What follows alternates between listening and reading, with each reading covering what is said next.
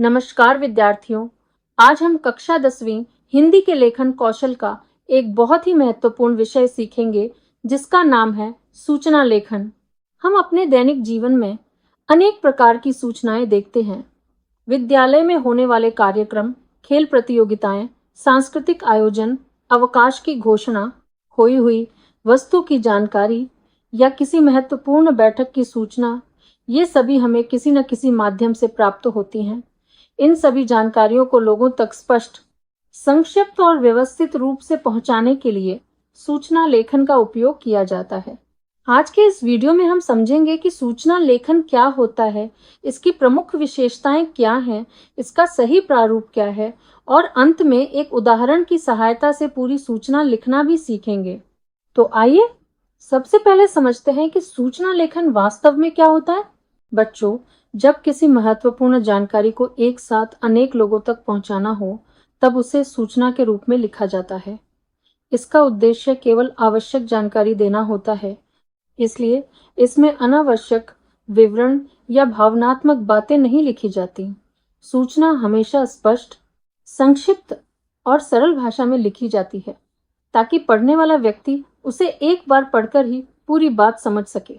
विद्यालयों, कार्यालयों, सरकारी संस्थानों, सार्वजनिक स्थानों तथा विभिन्न संगठनों में सूचना लेखन का व्यापक रूप से प्रयोग किया जाता है।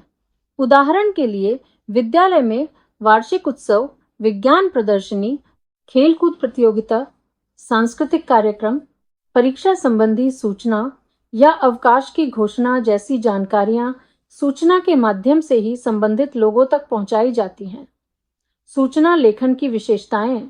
एक अच्छी सूचना की सबसे बड़ी विशेषता यह होती है कि वह कम शब्दों में अधिक से अधिक जानकारी दे। उसकी भाषा सरल और स्पष्ट होनी चाहिए ताकि किसी भी व्यक्ति को उसका अर्थ समझने में कठिनाई न हो। सूचना में केवल वही बातें लिखी जाती हैं जो आवश्यक हों। तिथि, समय, स्थान और कार्यक्रम से संबंधित सभी जानकारियां बिल्कुल सही होनी चाहिए, क्योंकि छोटी सी गलती भी भ्रम पैदा कर सकती है। इसलिए सूचना लिखते समय सटीकता, स्पष्टता, संक्षिप्तता और सरल भाषा का विशेष ध्यान रखा जाता है। सूचना लेखन का प्रारूप। अब तक हमने समझ लिया कि सूचना क्या होती है और उसकी प्रमुख विशेषताएं क्या हैं। अब आइए समझते हैं कि सूचना लिखी कैसे जाती है। अपनी स्क्रीन पर दिखाई दे रहे प्रारूप को ध्यान से देखिए।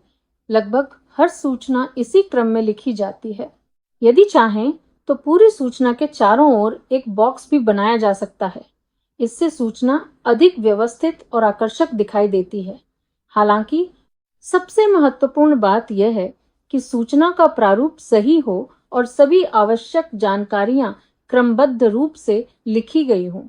सबसे ऊपर सूचना जारी करने वाली संस्था का नाम लिखा जाता है। यह विद्यालय, कार्यालय, संस्था या संगठन का नाम हो सकता है जहां से सूचना जारी की जा रही है। इसके ठीक नीचे बीच में सूचना लिखा जाता है।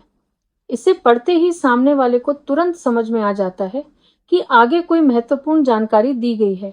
इसके बाद दिनांक लिखी जाती है, जिससे यह पता चलता है कि सूचना कब जारी की गई है। दिनांक के नीचे विषय लिखा जाता है। विषय हमेशा छोटा, स्पष्ट और सटीक होना चाहिए ताकि पढ़ने वाला एक नज़र में समझ जाए कि सूचना किस संबंध में है। अब आता है मुख्य भाग, जो सूचना का सबसे महत्वपूर्ण हिस्सा होता है। यही पूरी जानकारी लिखी जाती है। सामान्यतः मुख्य भाग की शुरुआत इस प्रकार की जाती है।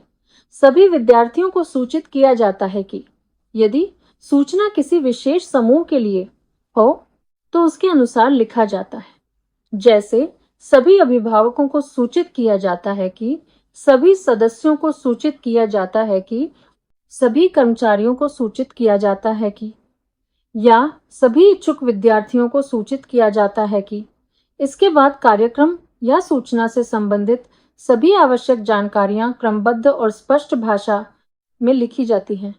अंत में आवश्यकता के अनुसार सभी से समय पर उपस्थित होने का अनुरोध है, या अधिक जानकारी के लिए कार्यालय से संपर्क करें। जैसे विनम्र वाक्यों के साथ सूचना समाप्त की जा सकती है। सबसे अंत में हस्ताक्षर, नाम और पद लिखे जाते हैं। हस्ताक्षर के स्थान पर सूचना जारी करने वाले व्यक्ति के हस्ताक्षर किए जाते हैं। उसके नीचे उस व्यक्ति का नाम लिखा जाता है और सबसे नीचे उसका पद, अर्थात वह संस्था में किस जिम्मेदारी पर कार्य कर रहा है, उदाहरण के लिए सचिव, प्रधान छात्र, प्रधानाचार्य, सांस्कृतिक इकाई के सचिव या खेल कप्तान आदि। अब इस पूरे प्रारूप को एक बार ध्यान से देख लीजिए।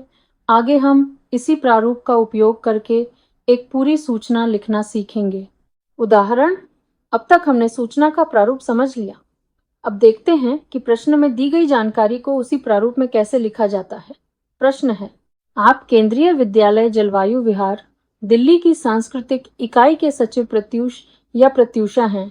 आपके विद्यालय में स्वतंत्रता दिवस की पूर्व संध्या पर देशभक्ति पूर्ण कविताओं का पाठ आयोजित किया जा रहा है, जिसमें शहर के प्रसिद्ध कवि पधार रहे हैं। इस कार्यक्रम में विद्यार्थियों के अभिभावकों को भी सादर आमंत्रित किया गया है। इस संबंध में एक सूचना लिखिए। बच्चों, किसी भी सूचना को लिखने से पहले प्रश्नों को ध्यान से पढ़ना बहुत आवश्यक है। सबसे पहले ये पहचानिए कि सूचना किसके द्वारा जारी की जा रही है। यहाँ बताया गया है कि आप केंद्रीय विद्यालय जलवायु विहार दिल्ली की सांस्कृतिक इकाई के सचिव हैं, इसीलिए सूचना इसी विद्यालय की ओर से जारी की जाएगी। अब देखते हैं कि सूचना किस विषय में है। प्रश्न में बताया गया है कि स्वतंत्रता दिवस की पूर्व संध्या पर देशभक्ति पूर्ण कविताओं के पाठ का आयोजन किया जा रहा है, इसलिए हमारा विषय भी इसी कार्यक्रम से संबंधित होगा। इसके बाद यह समझिए कि सूचना किन लोगों के लिए है।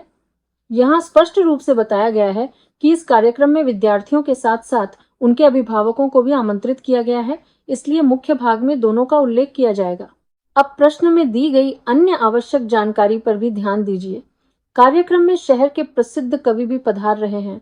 यह भी सूचना का महत्वपूर्ण भाग है, इसलिए इसका उल्लेख मुख्य भाग में अवश्य किया जाएगा।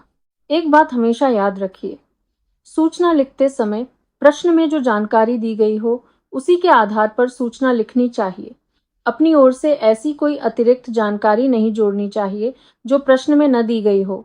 अब देखते हैं कि इस प्रश्न का आदर्श उत्तर कैसे लिखा जाएगा। आदर्श उत्तर, केंद्रीय विद्यालय जलवायु विहार दिल्ली, सूचना दिनांक 12 अगस्त 2025, विषय स्वतंत्रता दिवस की पूर्व संध्या पर देशभक्ति कविता पाठ। विद्यालय के सभी विद्यार्थियों तथा उनके अभिभावकों को सूचित किया जाता है कि स्वतंत्रता दिवस की पूर्व संध्या पर दिनांक 14 अगस्त 2025 को प्रातः 10 बजे विद्यालय के सभागार में देशभक्ति पूर्ण कविताओं के पाठ का आयोजन किया जाएगा। इस अवसर पर शहर के प्रसिद्ध कवि अपनी रचनाओं का पाठ करेंगे। सभी विद्यार्थियों एवं उनके अभिभावकों से समय पर उपस्थित होकर कार्यक्रम की शोभा बढ़ाने का अनुरोध है। प्रत्यूष, सचिव, सांस्कृतिक इकाई।